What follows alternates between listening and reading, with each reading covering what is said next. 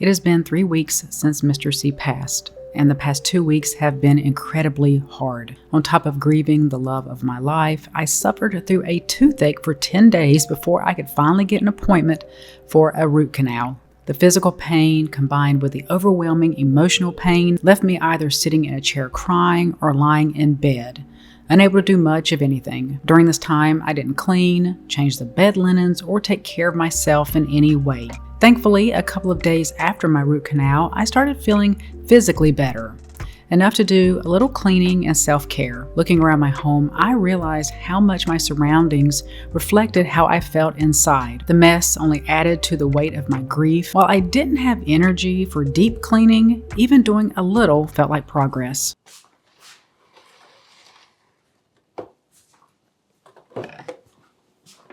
During the day, the house feels eerily quiet. For the past 5 years, Mr. C has worked from home, and I've grown so accustomed to hearing him in his office that now, without his presence, the silence is overwhelming. To cope, I try listening to music or an audiobook because the quiet leads me to thinking. The thinking brings tears and eventually pulling me into a dark place. It's incredible how the absence of just one person can completely change the way a home feels. I've come to realize that a house is just a structure. It's the people who make it a home, and without him, my house no longer feels like home.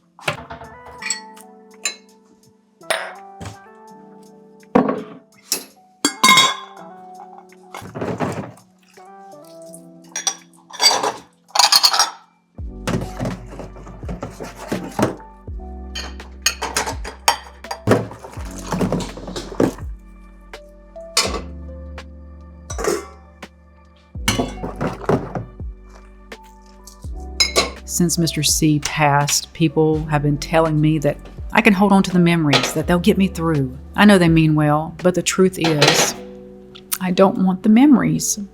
I want him. The memories are just echoes of what was, shadows of a life that's no longer here. They can't fill the silence. They can't bring back the laughter, and they can't take away the ache of his absence.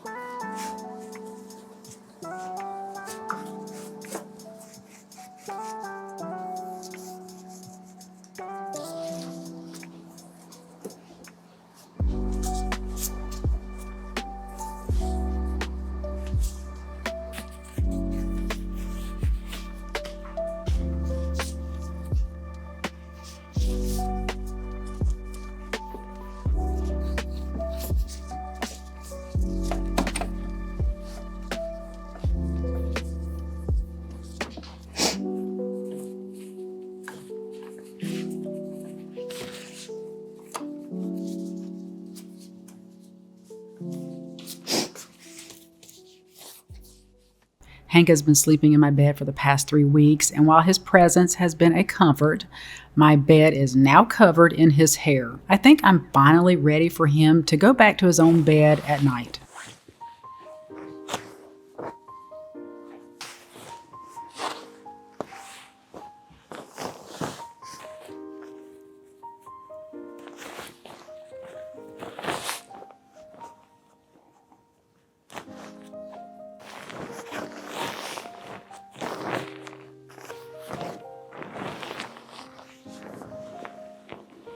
During the days I stayed in bed, either trying to nap or watching YouTube to distract myself, I let everything pile up on the floor, on my nightstand, and even inside of the nightstand. Normally, I would never leave things that way, but I didn't have the strength to clean up, let alone care.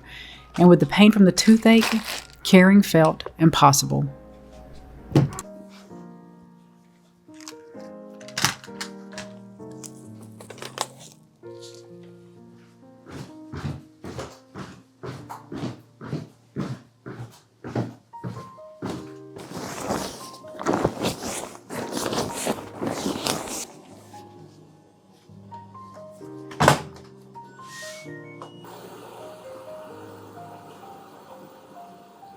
I often find myself sitting in Mr. C's office, wishing I could hear the familiar sounds of him typing, rolling his chair, and telling Hank to hush in the middle of a conference call. But Mr. C always made sure to thank Hank afterward for keeping us safe from the evil mailman. At least in Hank's eyes, that's exactly what was happening.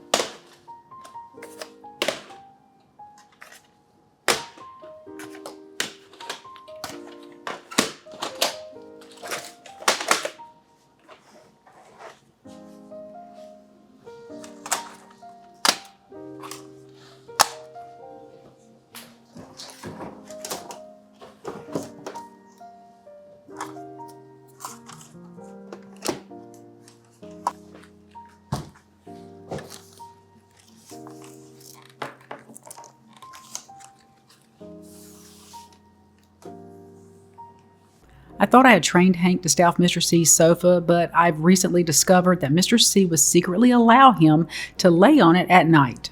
Daddy spoiled you. He didn't care if you got on the sofa, did he?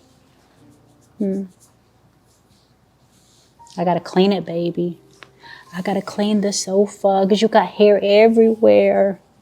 Your daddy spoiled you. Come on, baby. Get down, baby. Get down, baby.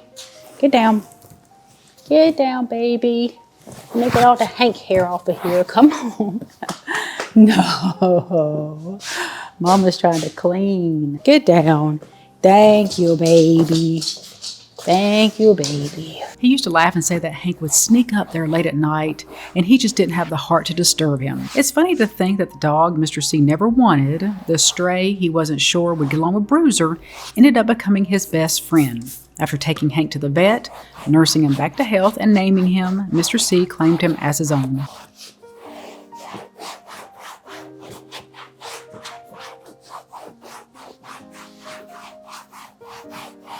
Less than a week after Mr. C passed, I received products from a couple of sponsors I had agreed to collab with a month earlier. When the items arrived, I was in so much pain that I couldn't have cared less about them. I even considered ignoring the collaborations altogether. But then I heard Mr. C's voice in my head as he used to remind our sons, if you start something, you finish it. Be as good as your word. So I reached out to the sponsors, explained my situation, and was met with kindness and understanding. They've given me the time I need, and for that I am very grateful.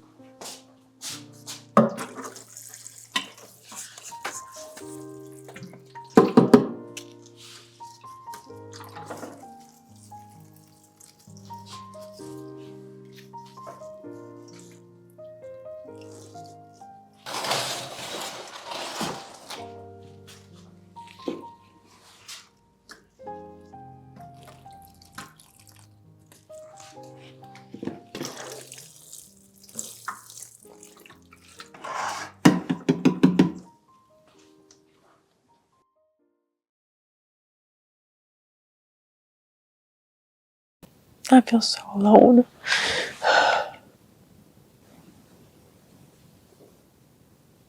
And I was trying to explain it to my oldest son, and I said, it's kind of like when you start a new job and you feel so out of place. You don't know anyone. You don't know what your job is, where everything is at in the building, and everything is so foreign to you. And you're anxious, and you don't know where your place is. That's how I feel. I don't know how else to describe it. My routine, my schedule, everything I did revolved around him because I love doing for him. I love pouring into him. I love cooking for him, doing his laundry. filling up his tumbler with water and ice every morning, walking with him during the day when he had a stressful day.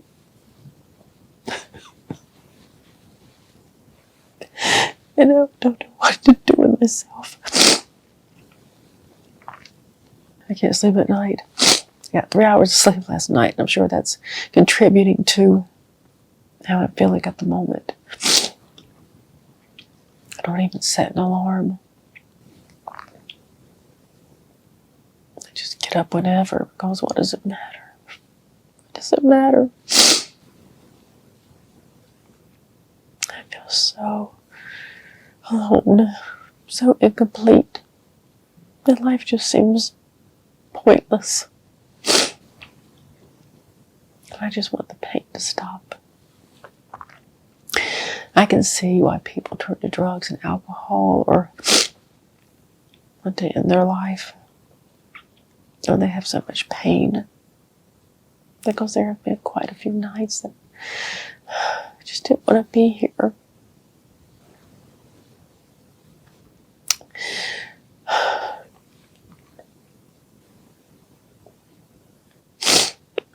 But I wouldn't do that to my family. And I have a lot of faith. I read my Bible and I pray. And over the years, I've built my relationship with God, and we've grown closer. I'm still human. I'm still human, and I'm still going through this process.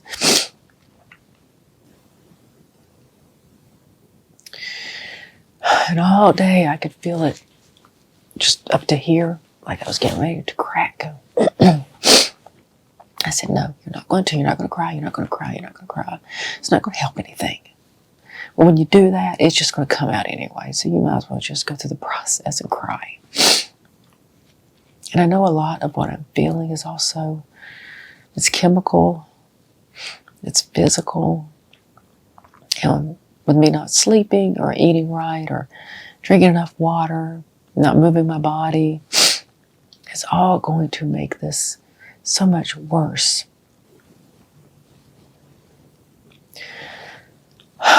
And I start my grief counseling this week. And I'm looking forward to it. I am looking forward to it because I really need to get those tools in my toolbox. So when days like this come up, I can reach in my toolbox and know what I can use to help me feel better. My son did teach me one little technique because when I have moments where I'm not crying, I feel guilty. And then I have all these intrusive voices come up my head saying so many things to me. And my son said, what you have to do, Mom, is you have to capture those and say to yourself, is this thought true? Just like on days where I didn't cry and I felt good. And then the thoughts come up, you didn't really love him. See, you're glad he's gone. And so instead of taking those to heart, I need to capture them and say, is this true? And no, it's not true. It's not true. It's not true. I love that man so much. And I miss him so much. I'm trying to apply facts and not feelings going through this process. The fact is, we loved each other. The fact is, we had a great marriage. The fact is, we talked about death. And we said to each other, whoever dies before the other, the survivor, yes, mourn. But don't mourn the rest of your life. You have got to keep going and get help if you need it. The man loved me more than anything in this world. Why would I think he would want me laying in bed all the time, crying my eyes out, not wanting to participate in life? He wouldn't. But I know the grieving process takes time. But I also know that I have to meet a lot of this with logic and facts. and not let these intrusive thoughts or my feelings overwhelm me. Our feelings will definitely betray us. And I don't want to ruin my health. I don't want to ruin my health. And I don't want to fall into a deep, dark depression where I need medication. I don't want that. I don't want that. So while I am feeling the feelings, I'm trying to talk to myself. And another thing, like my son said, Mom, just don't sit there in total silence. You're going to drive yourself crazy. We are social creatures. We need to talk to people. We need to be around people. That's how God made us. So I try to reach out to my sister-in-law and my sons and doing these videos. I don't journal, but I think me expressing my feelings and just talking to all of you, because some of you may be going through the exact same thing I'm going through. And it always, always helps to know that you're not alone. There's other people going through the exact same thing, because sometimes you think you're the only one.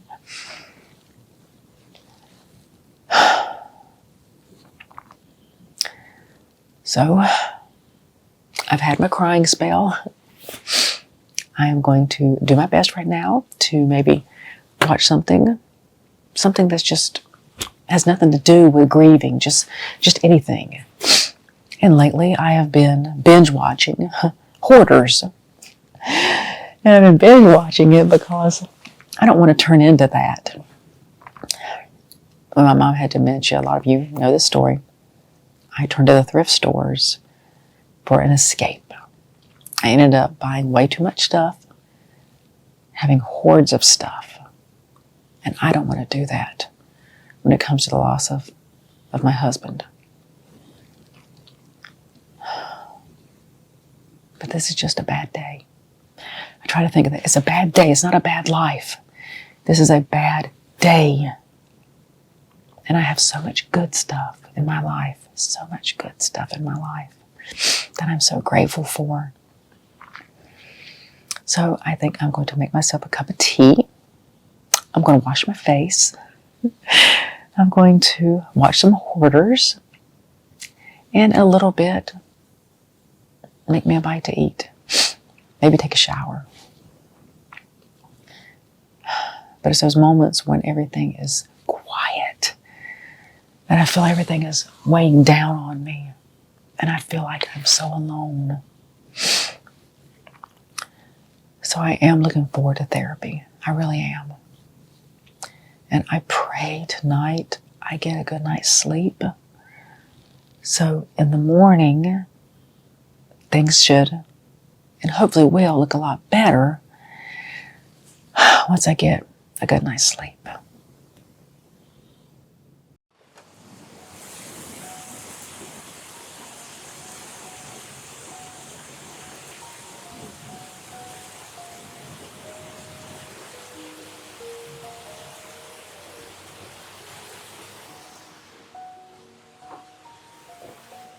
After my complete emotional meltdown, the next day I decided to start keeping a little journal just to keep track of my moods, water intake, workouts, and meals, just to make sure I'm taking care of myself. Grief is physically exhausting, and neglecting myself on top of it is a recipe for disaster.